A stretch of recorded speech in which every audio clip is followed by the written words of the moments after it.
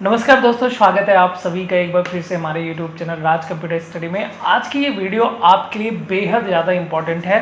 Important इसलिए है क्योंकि आज के डेट में हम सभी को पता है कि सबसे ज़्यादा जो सॉफ्टवेयर जो सबसे ज़्यादा इम्पॉर्टेंट है, जो जल्दी जॉब दिलाता है, वो है हमारा एक्सेल। अगर आपको एक्सेल की नॉलेज है, आपने बढ़िया से एक्सेल के सारे फंक्शन, सारे ऑप्शन सीख रखे हैं, तो आपको ये एक्सेल जो है यहाँ वहाँ भटकने नहीं देगा, बहुत ही आसानी से आपको जॉब दिलाएगा, वो भी काफ़ी हाई पैकेज जॉब दिलाएगा।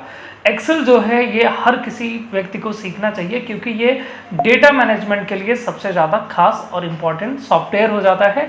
आप छोटे डेटा से लेकर के बड़े से बड़े डेटा को एक्सेल पे बड़े आराम से मेंटेन कर सकते हैं, रिकॉर्ड कर सकते हैं और अपना अलग अलग तरीक़ों से, अलग अलग मेथड से अपने रिपोर्ट को जनरेट कर सकते हैं।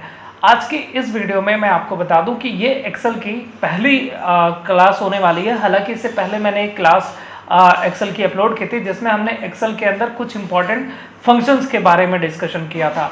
आज की इस वीडियो में हम एक्सेल का कुछ बेसिक इंट्रोडक्शन सीखेंगे। इंट्रोडक्शन लेने के बाद में हम जो है शुरू से जितने हमारे टैब हैं एक्सेल के अंदर, उन सारे टैब को कवर करने वाले हैं। तो चलिए सीधा वीडियो को शुरू करते हैं और अपने एक एक ऑप्शन को डिटेल में सीखते हैं।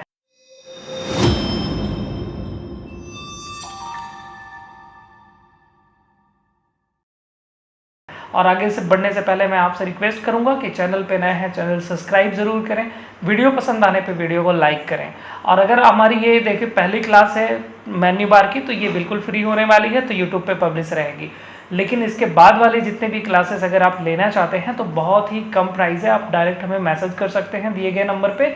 हम आपको सारी कोर्स की डिटेल्स वगैरह शेयर कर देंगे। आप हमारी पेड क्लास भी ले सकते हैं जो आपकी हमेशा के लिए आपके पास में वैलिड होगी, जब मर्जी आप उसको एक्सेस कर सकते हैं, जिसमें हम हर एक ऑप्शन बहुत ही डिटेल में बताएंगे, बहुत सारे प्रोजेक्ट भी करने वाले हैं। तो चलिए सीधा वीडियो को अब शुरू करते हैं। तो दोस्तों सबसे पहले मैं एक्सेल ओपन करूंगा। मैं अपने स्क्रीन पे आ गया और यहाँ पे मैं विंडो आर बटन दबा करके, यानी अपना रन डायलॉग बॉक्स, जिसके लिए हमें विंडो आर बटन दबानी है और इसके अंदर एक्सेल ओपन करने के लिए एक्सेल रन कमांड को टाइप करना है। एक्सेल कमांड टाइप करने के बाद यहाँ पे ओके करना है, जिससे हमारा एक्सेल सॉफ्टवेयर जो होगा वो हमारे सामने ओपन हो जाएगा। ठीक है, ओके। तो एक्सेल यहाँ पे ओपन हो चुका है हमारा। अब हम जैसा कि देख पा रहे हैं कि एक्सेल में ये जो सबसे पहले हमारे सामने इस तरीके की स्क्रीन आई है, अगर आपको कुछ भी नहीं पता है तो टेंशन ना लीजिए, हर एक बेसिक से लेके एडवांस तक की जानकारी मैं आपको देने वाला हूँ। देखिए ये जो स्क्रीन खुल के आती है इसको कहते हैं हम वर्कबुक। ठीक है, ये हमारी एक वर्कबुक है। अब वर्कबुक बहुत सारे वर्क सीटों का कलेक्शन होता है। ये जो आपके सामने कुछ इस तरीके से टेबल फॉर्मेट में नज़र आ रहा है, इसको हम वर्क सीट कहते हैं। जैसे यहाँ पे है सीट 1, आप इस प्लस के आइकॉन पे क्लिक करके दूसरी सीट ले सकते हैं, फिर यहीं प्लस के आइकॉन पे क्लिक करके तीसरी सीट भी ले सकते हैं। या अगर आप शॉर्टकट से सीट को इंसर्ट करना चाहते हैं तो आप शिफ्ट के साथ में F11 शॉर्टकट की बटन, जो आपकी फंक्शन बटन होती हैं 12, उसमें से F11 बटन को प्रेस करना है। ठीक है, देखिए अगर आप लैपटॉप पे वर्क कर रहे हैं तो लैपटॉप में कंट्रोल के बगल में एक FN नाम से बटन होती है, यानी फंक्शन बटन। जो आपकी F1 से F12 तक की बटन्स होती हैं, फंक्शन बटन्स, अगर आप उनका यूज करना चाहते हैं तो ये FN बटन को दबा करके फिर आपको उसको प्रेस करना है। यानी कि मैं शिफ्ट बटन दबाऊंगा, FN बटन दबाऊंगा और फिर F11 बटन को दबाऊंगा तो यहाँ पे सीट आ जाएगी। ठीक है, अगर आप ये FN बटन को नहीं दबाएंगे, शिफ्ट के साथ में सीधा F11 दबाएंगे, लैपटॉप की मैं बात कर रहा हूँ, तो आपके यहाँ पे सीट इंसर्ट नहीं होगी, यानी वो फंक्शन बटन वर्क नहीं करेगी। ठीक है, तो इतनी इन्फॉर्मेशन आपको मिल गई। चलिए आगे बढ़ते हैं। तो ये हमारी सीट हो गई है। ठीक है, जहाँ हम अपने अलग अलग सीट लेकर के अलग अलग प्रकार का डेटा हम उस पर बना सकते हैं। जैसे आपकी कॉपी होती है, कॉपी में बहुत सारे पेजेस हैं, आपने कुछ इंपॉर्टेंट चीज़ किसी एक पेज पे लिखा, कुछ और इंपॉर्टेंट चीज़ आया तो दूसरे पेज पे लिख लिया, तीसरे पे लिख लिया। उसी प्रकार से कुछ अलग प्रकार का डेटा है आप एक सीट पे बना सकते हैं, अगला डेटा आप सीट 2 पे बना सकते हैं। और ये सीट बहुत बड़ी होती है, आप भर भी नहीं पाएंगे, इतनी बड़ी यही है। ठीक है, लेकिन कोई भी भरता नहीं है, अगली सीट लेकर के हम अपने काम को कर लेते हैं। तो ये तो हो गई बात सीट की, कि हमारी जो वर्कबुक है वो इस तरीके से सीटों का कलेक्शन है। अब वर्क सीट जो है ये रो एंड कॉलम से मिलकर बना हुआ है। आप देख पा रहे हैं कि यहाँ पे ये जो वर्टिकल सा कुछ आपको दिखाई दे रहा है, इसको हम कॉलम्स बोलते हैं, और इस तरीके से ये जो हॉरिजॉन्टल नंबर दिखाई दे रहा है और यहाँ पे नंबर है और ये हॉरिजॉन्टल एक लाइन जा रही है, इसको हम रो बोलते हैं। तो ये हमारा एक कॉलम हो गया और ये हमारी रो हो गई। यहाँ पे ये जो ABCD और यहाँ ये जो नंबर लिखा हुआ दिख रहा है, ये आपकी एक हेडिंग होती है, ठीक है। ये हमारी हेडिंग्स हैं। यहाँ पे ये ABCD ये भी हेडिंग है और ये 1 2 3 जो लिखा हुआ है ये भी हेडिंग है। ये जो हमारे अल्फ़ाबेट हैं ये हमारे कॉलम्स को दिखाते हैं और ये जो नंबर्स यहाँ पे दिए गए हैं ये हमारी रो को दिखाती हैं। तो अगर मैं बात करूँ कि ये तो कॉलम हो गया और ये यहाँ पे रो हो गया, ये जो छोटे छोटे बॉक्सेस यहाँ पे नज़र आ रहे हैं, इन बॉक्स को हम क्या कहते हैं? तो ये जो छोटे बॉक्स नज़र आ रहे हैं, इन बॉक्सेस को हम सेल कहते हैं। ये हमारे सेल होते हैं, ठीक है। इतना क्लियर है कि ये हमारा क्या हो गया? सेल हो गया, ठीक है। अब सेल जो होता है, हर एक सेल का अपना एक सेल एड्रेस है। देखिए, आगे बढ़ने से पहले आपको ये कुछ बेसिक जानकारी लेना बहुत ज़्यादा इम्पॉर्टेंट है, बहुत ज़रूरी है, तभी आगे आप बेहतर तरीके से काम को कर पाते हैं। तो यहाँ पे ये जो हमारे छोटे छोटे बॉक्सेस हैं इनको हम सेल कहते हैं, ठीक है। ये हमारे सेल हैं। अगर मैं इसमें कुछ नंबर लिख दूँ, जैसे मैंने यहाँ टाइप किया, फिर यहाँ टाइप किया, फिर यहाँ पे टाइप किया। अब अगर मैं पूछूँ कि 9 जो हमने लिखा हुआ है ये किस सेल में लिखा है, तो अगर हमें 9 का सेल नंबर निकालना है तो सेल नंबर के लिए आपको ये देखना पड़ेगा कि ये 9 जो लिखा गया है ये किस कॉलम में है। तो इसका कॉलम कौन सा हो गया? E। फिर आपको ये देखना है कि ये कितने नंबर रो में है। कौन सा रो है आपका? 5। यानी इसका जो कॉलम हो गया, सॉरी सेल का एड्रेस जो हो गया वो हो गया E5। ओके, इतना समझ में आ गया कि इसका सेल एड्रेस क्या हुआ? E5 हुआ। ऐसे अगर मैं यहाँ पे 8 की बात करता हूँ तो इसका सेल एड्रेस हो गया C3, ठीक है। 4 की अगर मैं बात करूँ तो आप क्या देखेंगे? पहले कॉलम फिर रो, यानी कि क्या हो गया? B9। और जब भी आप किसी भी सेल पे क्लिक करते हैं तो उसका रो एंड कॉलम यहाँ पे हाईलाइट भी हो जाता है, ठीक है। बाकी दूसरा तरीका ये है कि आपको यहाँ पे ये एड्रेस बार नज़र आता है, आप इस एड्रेस बार पे भी देख सकते हैं कि कौन सा सेल यहाँ पे दिखाई दे रहा। जैसे अगर मैं 8 पे क्लिक करता हूँ तो यहाँ पे नज़र आ रहा है C3, मैं 9 पे क्लिक करता हूँ तो नज़र आ रहा है E5। इतना आपको पता चल गया? ओके, आगे बढ़ते हैं। आगे अब आपको ये समझना है कि एक सीट में इस तरीके से कितने रो होते हैं और कितने कॉलम्स होते हैं। अगर हम रो एंड कॉलम की संख्या देखना चाहते हैं तो सिंपल सा मैं तरीका बताता हूँ। आपको अपना कर्सर कहीं पे रखना है और कंट्रोल A बटन दबाना है। जैसे ही आप कंट्रोल A बटन दबाते हैं, ओके, यहाँ पे एक सेकेंड, ये जो आपको ये जो खाली जगह दिख रही है यहाँ पे, ठीक है, यानी A और 1 के ऊपर ये यहाँ पे आपको क्लिक करके रखना है, ठीक है, होल्ड करके रखना है। जैसे ही होल्ड करके रखेंगे, आप यहाँ एड्रेस बार में देख पा रहे हैं तो यहाँ पे लिखा आ रहा है 10,48,576 रो है, 16,384 कॉलम है यहाँ पे। ओके, अगर मैं कहूँ कि मुझे सबसे लास्ट वाले रो पे जाना है तो कैसे जाएंगे? अगर हम इस तरीके से क्लिक करते या ऐसे सेलेक्ट करते आएंगे तो बहुत समय लगने वाला है, या अगर हम डाउन एरो को भी प्रेस करें एक एक करके एक बार तब भी बहुत समय लगने वाला है। तो अगर हम एक ही बार में सबसे लास्ट वाले रो पे जाना चाहते हैं तो कंट्रोल बटन के साथ में आपको डाउन एरो प्रेस करनी है, कंट्रोल और डाउन एरो। जैसे ही कंट्रोल के साथ में डाउन एरो प्रेस करेंगे, आप देख पा रहे हैं कि आपका कर्सर यहाँ सबसे लास्ट पे आ गया है, यानी 10,48,576 रो पे आ गया। सेम इसी प्रकार से अगर आपको एकदम से लास्ट वाले कॉलम पे जाना है तो लास्ट कॉलम पे जाने के लिए कंट्रोल बटन के साथ में राइट एरो को प्रेस करना है। जैसे ही प्रेस करेंगे आप देखेंगे आपका कर्सर एकदम लास्ट कॉलम पे आ गया। और लास्ट कॉलम का नाम भी आपको पता होना चाहिए। नाम क्या है इसका? XFD, ठीक है। अगर नंबर में बात करें तो कौन सा है? 10,48,576 कॉलम से ये, ठीक है। और ऐसे देखें तो क्या लिखा हुआ है? XFD। ओके, अब मैं कंट्रोल बटन दबा करके फिर से आ जाता हूँ यहाँ पे। अच्छा, एक चीज़ और मैं दिखाता हूँ। जैसे मान लो मैं यहाँ पे हूँ, ठीक है। अब मुझे A1 वाले सेल में जाना है, यानी सबसे नंबर 1 जो हमारी सेल थी, पहली सेल थी, वहाँ जाना है एक ही बार में।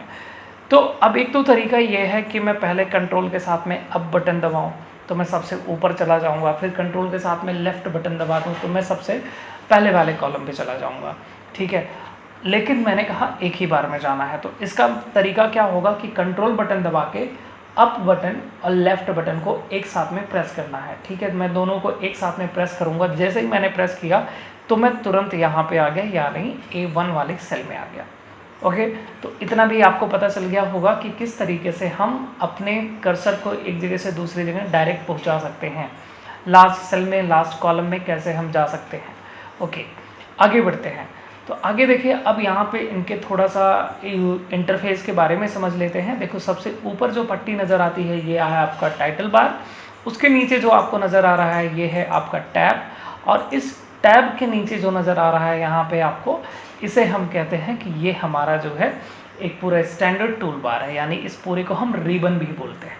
और इस स्टैंडर्ड टूल बार में अलग अलग सेक्शन बने हुए हैं, जैसे कि clipboard, font, alignment, number, style, cells, editing, और यहाँ पे एडिंग्स के नाम से भी एक है। पुराने वर्जन में ये नहीं होगा, ठीक है। तो हम इन सेक्शंस को देखेंगे, एक एक ऑप्शन को समझेंगे। देखिए, मेरा आज ये जो ट्यूटोरियल है, जो शुरू हो रही है क्लासेस, इन क्लासेस में मैं इन सब ऑप्शन को कवर करने वाला हूँ। सबसे पहला फोकस हमारा ये होगा कि मैं सबसे पहले आपको इन सारे ऑप्शन के बारे में पढ़ा दूँ। और रही बात इनमें यूज होने वाले फंक्शन की, तो जितने फंक्शंस इंपॉर्टेंट है आपके लिए, उन फंक्शन की हमने वीडियो ऑलरेडी बना के दे दी है। आपके सामने वीडियो दिख भी रही होगी, आपको प्लेलिस्ट में दिख रही होगी, आप यहाँ से देख सकते हैं, ठीक है। क्लिक करके अपनी वो वीडियो ज़रूर देख लें अगर आप फंक्शन पहले पढ़ना चाहते हैं तो। और अगर आप ऑप्शन के बारे में पढ़ना चाहते हैं तो कंटिन्यू करिए हमारे साथ में, हम पहले ऑप्शन कवर कर लेते हैं। तो कोई इशू नहीं है, आप पहले फंक्शन भी पढ़ सकते हैं या पहले इन ऑप्शन को भी पढ़ सकते हैं, कोई दिक्कत परेशानी नहीं आएगी, ठीक है। तो चलिए, हमारा अभी जो ट्यूटोरियल शुरू हो रहा है, जो क्लासेस शुरू हो रही हैं, आने वाले भी जो क्लासेस होंगी हम पेड बैच में देने वाले हैं, उन सभी में हम इन ऑप्शंस को ही पहले कवर करेंगे। सारा ऑप्शन कवर हो जाने के बाद फिर हम कुछ प्रोजेक्ट्स भी करेंगे, ठीक है। कुछ असाइनमेंट वगैरह भी आपको मिलेगा करने के लिए। तो अगर मैं फिर से एक बार रिपीट कर रहा हूँ, आप हमारी पेड क्लासेस लेना चाहते हैं तो आप हमारे पास डायरेक्ट मैसेज करें, हम आपको अपनी पेड क्लासेस प्रोवाइड कर देंगे। ओके, अब इसके आगे हम समझ लेते हैं कि यहाँ पे ये जो लाइनिंग नज़र आती है, इन लाइनिंग को हम ग्रिड लाइन कहते हैं। जब भी हमें ज़रूरत हो हम ग्रिड लाइन को इनेबल कर सकते हैं, और जब ज़रूरत ना हो तो हम ग्रिड लाइन को डिसेबल भी कर सकते हैं। डिसेबल करने के लिए दो विकल्प हैं आपके पास। पहला कि आपको पेज लेआउट के अंदर जाना है, पेज लेआउट में जा करके आपको यहाँ ग्रिड लाइन में जो व्यू पे टिक लगा है यहाँ से टिक हटा देना है। तो अब जैसे ही टिक हटाएंगे आप देखेंगे कि ग्रिड लाइन सारी की सारी गायब हो गई।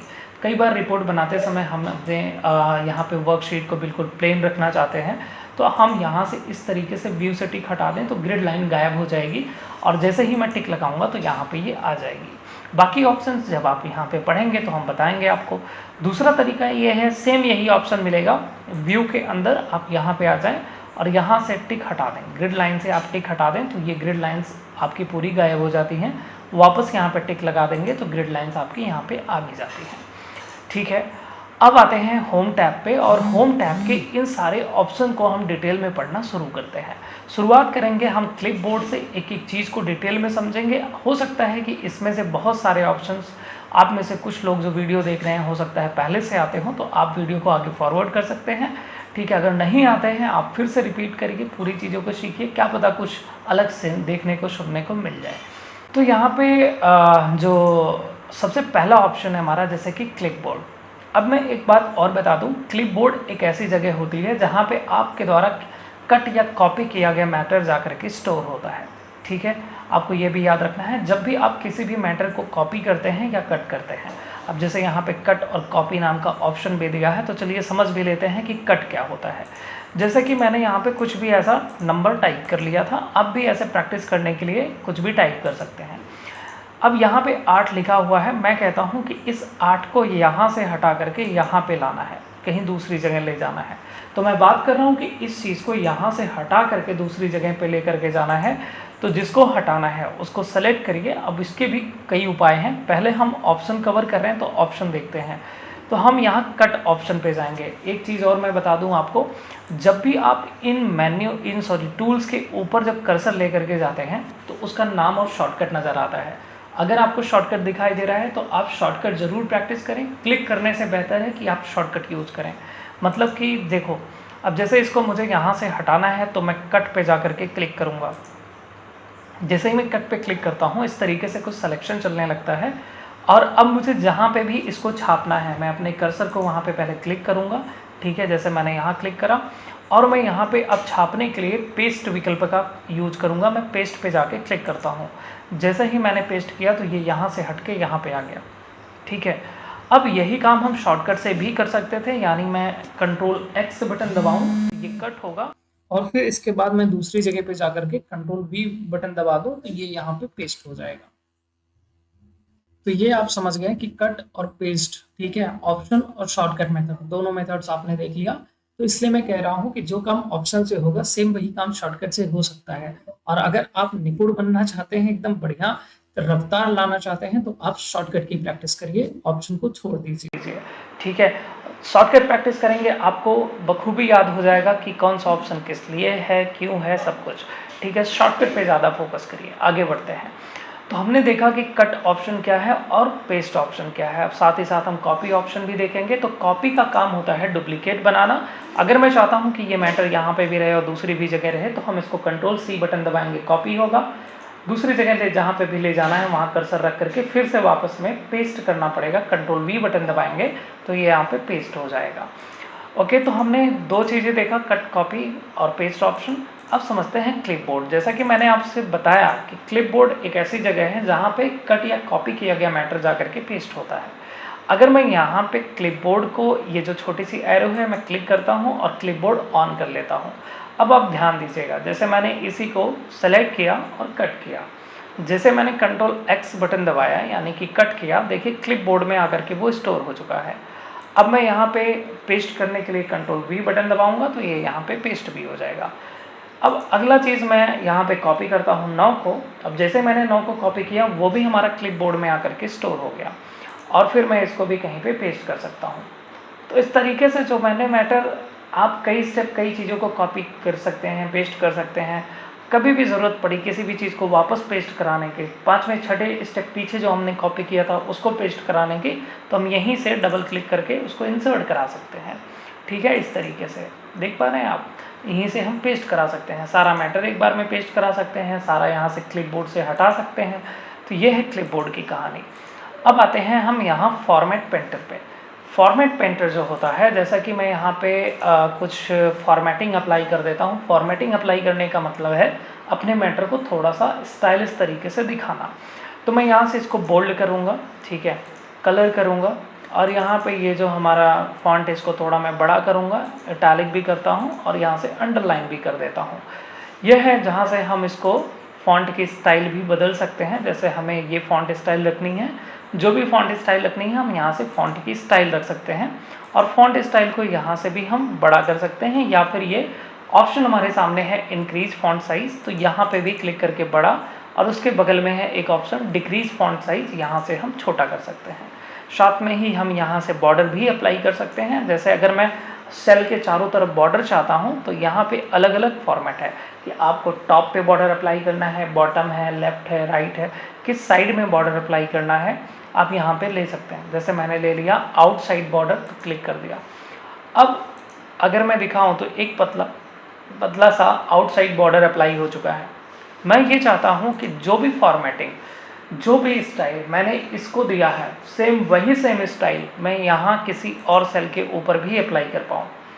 तो अब मेरे पास दो विकल्प है। पहला कि मैं यहाँ पे जा करके वही सारे ऑप्शंस फिर से चूज करूँ। यहाँ से मैं बोल्ड करूँ जिससे मोटा होगा, इटैलिक जिससे तिरछा होगा, अंडरलाइन जिसकी मदद से हम इस तरह नीचे अंडरलाइन कर सकते हैं। तो यहाँ से ये सारी चीज़ें मैं फिर से करूँ एक एक करके, या फिर दूसरा उपाय ये है कि मैं जिसकी भी जो भी स्टाइल है उसके ऊपर वो स्टाइल कॉपी करना चाहता हूँ, तो मैं पहले उसको सेलेक्ट कर लूँ। जैसे यहाँ क्लिक करा, फॉर्मेट पेंटर पे जा करके क्लिक कर दूँ, और फॉर्मेट पेंटर पे क्लिक करने के बाद अब मैं उस ऑप्शन के ऊपर क्लिक कर दूँ या उस सेल पे क्लिक कर दूँ जिसके ऊपर अप्लाई करना है। तो जैसे मैंने क्लिक करा तो इसके ऊपर अप्लाई हो गया। अब आप देख पा रहे हैं कि फॉर्मेट पेंटर ने क्या काम किया है। फॉर्मेट पेंटर का काम होता है मैटर के फॉर्मेटिंग को कॉपी करना, जो उसकी स्टाइल है उस स्टाइल को कॉपी करना, ठीक है। हम चाहें तो यहीं पर डबल क्लिक कर दें और फिर एक एक करके जहाँ पे हम क्लिक करते जाएंगे वो सारा का सारा मैटर उसके जैसा होता चला जाएगा। ये यहीं पे फ्रीज होता आता है अगर हम 2 बार क्लिक करते हैं। इसके बाद हम यहीं वापस क्लिक कर दें तो फॉर्मेट पेंटर हट जाएगा, ठीक है। इतना क्लियर हुआ। चलिए अब इन मैटर्स को सब कुछ हटा करके फिर से पहले जैसा करना है, तो इसका क्या उपाय है। तो देखिए अब मैं एक एक को करूं या फिर मैं कंट्रोल ए बटन दबाऊंगा। कंट्रोल ए से सब कुछ पूरा सेलेक्ट हो जाएगा, ठीक है। मैंने कहीं बाहर कर्सर रख करके थोड़ा अलग कंट्रोल ए बटन दबाया।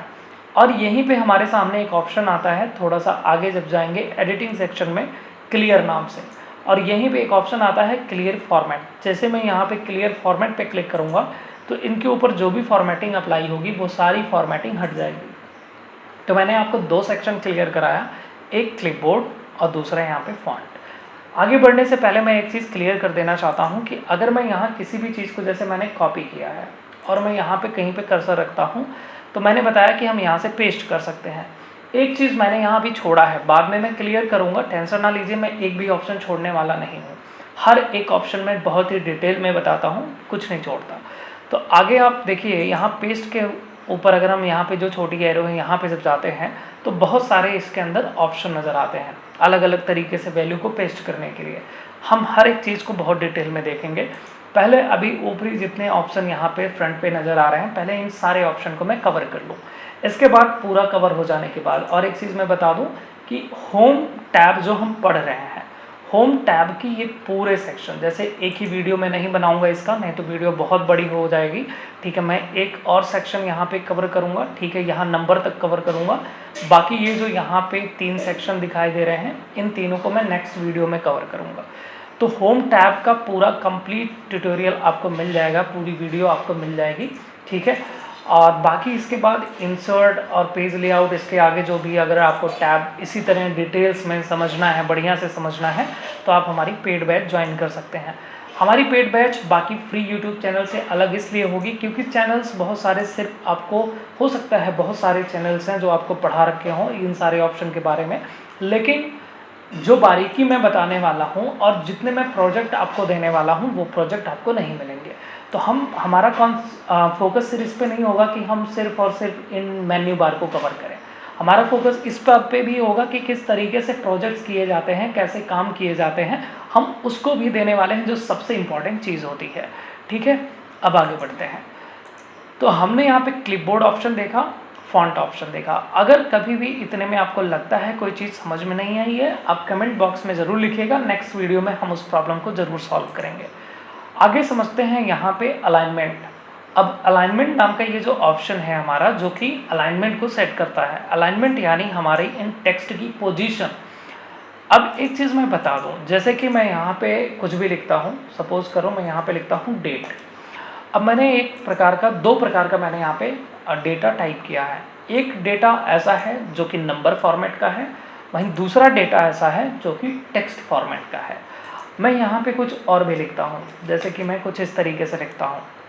यहाँ पे अगर आप ध्यान दे रहे हो तो नंबर जो है इसका अलाइनमेंट डिफ़ॉल्ट राइट साइड में है। तो नंबर का जो डिफ़ॉल्ट अलाइनमेंट होता है वो राइट साइड में होता है, जिससे पहचान हो जाती है डिफ़ॉल्ट की ये जो डेटा टाइप है वो नंबर फॉर्मेट में है। लेकिन यहाँ पे अगर मैं पूछूं कि ये वाला डेटा किस प्रकार के डेटा है, क्या ये नंबर है या फिर ये स्ट्रिंग है, स्ट्रिंग यानी अल्फ़ाबेट, तो इसका देखो आप अलाइनमेंट किधर आ रहा है, लेफ़्ट साइड में। और अगर हम इस तरीके से कुछ लिखते हैं और वो डिफ़ॉल्ट लेफ़्ट में चला जा रहा है, तो अगर वो लेफ़्ट में चला गया तो हम कह सकते हैं कि इसका अलाइनमेंट जो है लेफ़्ट में जा रहा है, ठीक है। और साथ ही साथ इसके साथ में अल्फ़ाबेट भी है, इसी वजह से ये लेफ़्ट में जा रहा है। तो ये अब नंबर नहीं रहा, ये जो मैंने 5 लिखा है ना, अब ये नंबर नहीं रहा, अब ये क्या बदल चुका है, क्या हो चुका है, टेक्स्ट हो चुका है। चलिए मैं थोड़ा सा क्लियर करता हूँ। मैं इन दोनों संख्याओं को जोड़ता हूँ और फिर इसको भी जोड़ता हूँ और फिर आपको दिखाता हूँ। हो सकता है कुछ डाउट हो, कुछ ना क्लियर हुआ हो, तो हम बता दें आपको कि आप जब भी कोई भी फंक्शन फार्मूला लगाते हैं, सबसे पहले आप इक्वल टू बटन दबाते हैं। इक्वल टू लगाने के बाद ही आप कोई भी फंक्शन या फार्मूला अप्लाई कर सकते हैं। तो मैंने इक्वल टू लगाया और फिर मैं यहाँ पे 8 प्लस ये 9 देता हूँ और एंटर बटन दबाता हूँ, जुड़ गया। वहीं अगर मैं इसको प्लस इसके साथ में ऐड करता हूँ और एंटर करूँगा तो एक एरर आएगा, वैल्यू एरर, इसलिए क्योंकि ये डेटा टाइप अलग है और ये डेटा टाइप अलग है। टेक्स्ट और नंबर तो जुड़ नहीं सकते, इस वजह से ये एरर आया। अगर मैं यहीं सिर्फ 5 लिखा होता और एंटर करता, अब ये जुड़ गया। और ये अब देख पा रहे हैं हम राइट साइड में आ रहा है, जो कि नंबर फॉर्मेट को बता रहा है, ठीक है। इतना क्लियर हो गया, ठीक है। आगे बढ़ते हैं। अब इसका क्या सोल्यूशन है कि अगर मैं 5 kg लिखूं और ये जुड़ भी जाए, तो वो हम आगे देखेंगे, ठीक है। ओके, तो मैं कहाँ पे था? हाँ जी, अलाइनमेंट पे था। तो अलाइनमेंट जो है, यहाँ से हम अलाइनमेंट, जैसे ये डिफ़ॉल्ट तो ऐसे ऐसे आ रहा कुछ। अब हम इसको बाद में अगर सेंटर करना चाहें तो हमारे पास ये अलाइनमेंट है सेंटर, तो हम क्लिक करेंगे ये सेंटर में चला जाएगा। राइट या लेफ़्ट करना चाहें तो यहाँ क्लिक कर देंगे, लेफ़्ट में चला जाएगा। यहाँ ऊपर भी है, ये जो नीचे वाले थे ये हॉरिजॉन्टली सेट करते हैं। अगर हमें वर्टिकली सेट करना हो, देखो मैं यहाँ से रो की हाइट को थोड़ा सा बढ़ा लेता हूँ, यहाँ पे भी इसको पकड़ के हम रो की हाइट को बढ़ा लेते हैं। तो अगर मैं इसको वर्टिकल सेंटर में लाना चाहता हूँ तो मैं यहाँ पे सेंटर पे क्लिक करूँगा, तो ये आप देखोगे वर्टिकल हो गया। मैं अप में लेके जाना चाहता हूँ, मैं यहाँ पे टॉप पे क्लिक कर दूंगा, ये टॉप में चला जाएगा और यहाँ से बॉटम में आ जाएगा। ठीक है, बीचों बीच एकदम से लाना है तो यहाँ से ला सकते हैं, यहाँ मिडिल चूज कर लिया हमने और यहाँ पे सेंटर चूज कर लिया। ठीक है, तो नीचे वाला जो अलाइनमेंट है ये हमारा हॉरिजॉन्टल मैनेज करेगा, ऊपर वाले तीनों अलाइनमेंट हमारे वर्टिकल मैनेज करेंगे। ओके, अब बढ़ते हैं यहाँ अगले ऑप्शन पे, जिसके ऊपर कर्सर ले जाने पे नाम आ रहा है ओरिएंटेशन। ओरिएंटेशन का काम ये होता है कि सेल के अंदर मौजूद डेटा किस प्रकार से लिखा जाएगा, क्या वो हॉरिजॉन्टल में होगा, वर्टिकल में होगा, डायगोनल होगा, किस तरीके से सेट होगा। तो अगर मैं यहाँ पे जाता हूँ, मैं यहाँ पे चूज़ कर लेता हूँ वर्टिकल टेक्स्ट, तो ये वर्टिकल में आ जाएगा। अगर मैं यहाँ पे चूज़ कर लेता हूँ रोटेट टेक्स्ट अप, ठीक है, तो आप कुछ इस तरीके से देख पा रहे हैं। वापस मैं अगर उसी ऑप्शन पे फिर से क्लिक कर दूं, यानी वो डिसेबल्ड हो जाएगा और ये जैसा था वैसा का वैसा नज़र आएगा। इसी में और भी ऑप्शन हैं जैसे कि फॉर्मेट सेल अलाइनमेंट। तो अगर मैं यहाँ पे क्लिक करता हूँ, अब आप देखेंगे यहाँ पे मैं खुद से डिग्री डाल सकता हूँ कि ये 45 डिग्री पे होना चाहिए, 65 डिग्री पे होना चाहिए, या इस सुई को पकड़ के मैं इसको अप एंड डाउन भी कर सकता हूँ एंड ओके कर दूँ, तो उतने डिग्री पे ये इस तरीके से सेट हो जाएगा। ओके, आगे बढ़ते हैं। तो अब यहाँ पे देखो ये दो ऑप्शन हमारे सामने नज़र आ रहे हैं। ये ऑप्शन है जो कि कहलाता है इंक्रीज इंडेंट, उसके बगल में एक ऑप्शन है जिसका नाम है डिक्रीज इंडेंट। इंडेंट का मतलब होता है जगह छोड़ना, ठीक है, मार्जिन के बाद जो जगह छोड़ी जाती है उसको इंडेंट बोला जाता है। चलो मैं यहाँ पे दिखाता हूँ। तो मैं अगर मैं यहाँ पे कुछ भी टाइप करता हूँ, जैसे मैंने लिखा है एक्सेल, ठीक है, फिर मैंने लिखा पावर पॉइंट, फिर मैंने लिखा है यहाँ पे वर्ड। अब आप एक चीज़ ये देखो, विड्थ को मैं यहाँ से ऐसे पकड़ के खींच दूंगा तो विड्थ भी सेट हो जाएगी। अब एक चीज़ आप देख पा रहे हैं कि ये जो भी मैंने लिखा वो इस बॉर्डर से सटा हुआ है। ठीक है, तो मैं ये चाहता हूँ कि भैया कुछ ऐसा होना चाहिए कि जब भी मैं यहाँ से यहाँ तक डेटा को टाइप करूँ तो एकदम सटा ना हो, थोड़ा सा जगह दे करके लिखे। अब थोड़ा जगह दे करके लिखे, इसके लिए मुझे यहाँ पे इंडेंट देना पड़ेगा। तो मैंने सिलेक्शन कर लिया, जितना लिखा और उससे ज़्यादा भी कर लिया, इसलिए क्योंकि मैं यहाँ पे भी लिखने वाला हूँ। तो मैं यहाँ पे जा करके यानी इंक्रीज इंडेंट ऑप्शन पे जा करके क्लिक करूँगा, देखो आगे चला गया, फिर मैं क्लिक करूँगा फिर ये आगे चला गया। अब अगर मैं कुछ भी लिखता हूँ यहाँ पे, जैसे कि मैंने यहाँ पे लिखा है लिब्रे ऑफिस, तो अब आप देख पा रहे हैं उतनी जगह छोड़ के लिखा। मैंने लिखा MS पेंट, तो ये इतनी जगह छोड़ के लिख रहा है। मैंने लिखा नोट पैड, तब भी ये इतनी जगह छोड़ के लिख रहा है। तो ये जो जगह छोटी, इसी को हम इंडेंट बोलते हैं। ठीक है, हम इंडेंट को वापस यहाँ से कम भी कर सकते हैं। ओके, तो ये है इंडेंट ऑप्शन। अब आगे बढ़ते हैं जो कि है रैप टेक्स्ट। इसका काम क्या है? तो अगर मैं ऐसे लिख रहा हूँ अमन, ठीक है, स्पेस दिया, फिर मैंने लिखा मुकेश, फिर मैंने लिखा राहुल, सॉरी ये नीचे आ गया गलती से, मैं इसी सेल में लिखूंगा, ठीक है, फिर मैंने लिखा राहुल। अब मान लो कि ये मुझे ऐसे नीचे नीचे नीचे लिखना है। मैं चाहता हूँ कि नमन, फिर स्पेस देने के बाद जो मुकेश आया है वो नीचे आ जाए, फिर जो राहुल आया है वो उसके नीचे आ जाए। तो मतलब अगर मैंने एक सेल के अंदर कोई डेटा टाइप किया है और बीच बीच में स्पेस है और वो डेटा आउट ऑफ सेल जा रहा है, तो मैं ये चाहता हूँ कि वो उसी कॉलम के नीचे नीचे सेल में एडजस्ट होता चला जाए। तो बस मुझे क्या करना है, रैप टेक्स्ट ऑप्शन पे क्लिक कर देना है। तो जैसे ही मैं क्लिक करूंगा यहाँ रैप टेक्स्ट ऑप्शन पे, ये हम देख पा रहे हैं कि ये उसी सेल में एडजस्ट कर दिया। अच्छा, एक चीज़ शायद मैंने गलत बता दिया, और गलत नहीं बताया, मेरे दिमाग में एक आगे हम ऑप्शन पढ़ेंगे, ठीक है, यहाँ पे ये जस्टिफाई, इस ऑप्शन के बारे में मेरे दिमाग में आ गया था। रैप टेक्स्ट क्या करता है कि इसी सेल के नीचे रो में एडजस्ट कर देगा, यानी नई लाइन में एडजस्ट कर देगा, ऐसा कुछ जैसा आप देख पा रहे हैं। अगर मैं ऐसे लिखना चाहता हूँ, जैसे मैं लिख रहा हूँ यहाँ पे पावर, ठीक है, पावर पॉइंट, अब देखो ये यहाँ भाग रहा है, ठीक है, पॉइंट को मैं नीचे लाना चाहता हूँ, तो नीचे लाना चाहता हूँ, अल्ट के साथ में एंटर बटन दबाइए, अल्ट एंटर लिखने के बाद फिर आप एंटर बटन दबा दीजिए। अब देखिए ये उसी सेल के, ठीक है, दूसरी लाइन में सेट हो चुका है। फिर यहाँ अगला ऑप्शन आता है मर्ज एंड सेंटर। तो मर्ज एंड सेंटर का काम ये है कि डेटा को, सॉरी डेटा नहीं, आपने ये जो सेल वगैरह है इनको मर्ज करना। ठीक है, चलिए मैं एक अलग सीट पे चलता हूँ, फिर समझाता हूँ बढ़िया से। तो जैसे इतने दूर एरिया में मुझे बड़ा सा कुछ हेडिंग या टाइटल ऐसा कुछ ऐड करना है, ठीक है, तो मैं इतना दूर एरिया को सेलेक्ट करके मर्ज एंड सेंटर पे क्लिक करता हूँ। तो मर्ज एंड सेंटर कहता है कि भैया जो आपके कॉलम्स होंगे, जो आपकी रो होंगी, उन सारी लाइनों को मैं मर्ज करके और एक ऐसा बड़ा सा सेल बना दूंगा। ठीक है, चलो इस पर बॉर्डर भी लगा देते हैं। वही अब दूसरा ऑप्शन समझते हैं इसी के अंदर। तो अगर मैं यहाँ पे जाके क्लिक करूँ, यहाँ लिखा हुआ है मर्ज एक्रॉस। मर्ज एक्रॉस पे जब मैं क्लिक करूँगा यहाँ पे, ठीक है, तो ये कहता है कि भैया जो कॉलम वाली लाइन थी ना, ग्रिड लाइन, सिर्फ उसको मैं मर्ज करूँगा। और अब आप देखिए यहाँ पे मैं फिर से बॉर्डर लगा देता हूँ, तो बीच में ये लाइनिंग सी नज़र आ रही है। ठीक है, चलो थोड़ा सा जूम किया और अब आप यहाँ पे देख पा रहे हैं अच्छे से। फिर इसी में एक और ऑप्शन है, मैं सेलेक्ट करता हूँ और यहाँ चलता हूँ मर्ज सेल पे क्लिक कर देता हूँ। अब मर्ज सेल और मर्ज एंड सेंटर देखने में तो एक जैसे लग रहे हैं, लेकिन जब आप इनके अंदर लिखना शुरू करते हैं, जैसे मैंने कुछ लिखा है, तो यहाँ मर्ज एंड सेंटर में जो अलाइनमेंट है वो सेंटर है।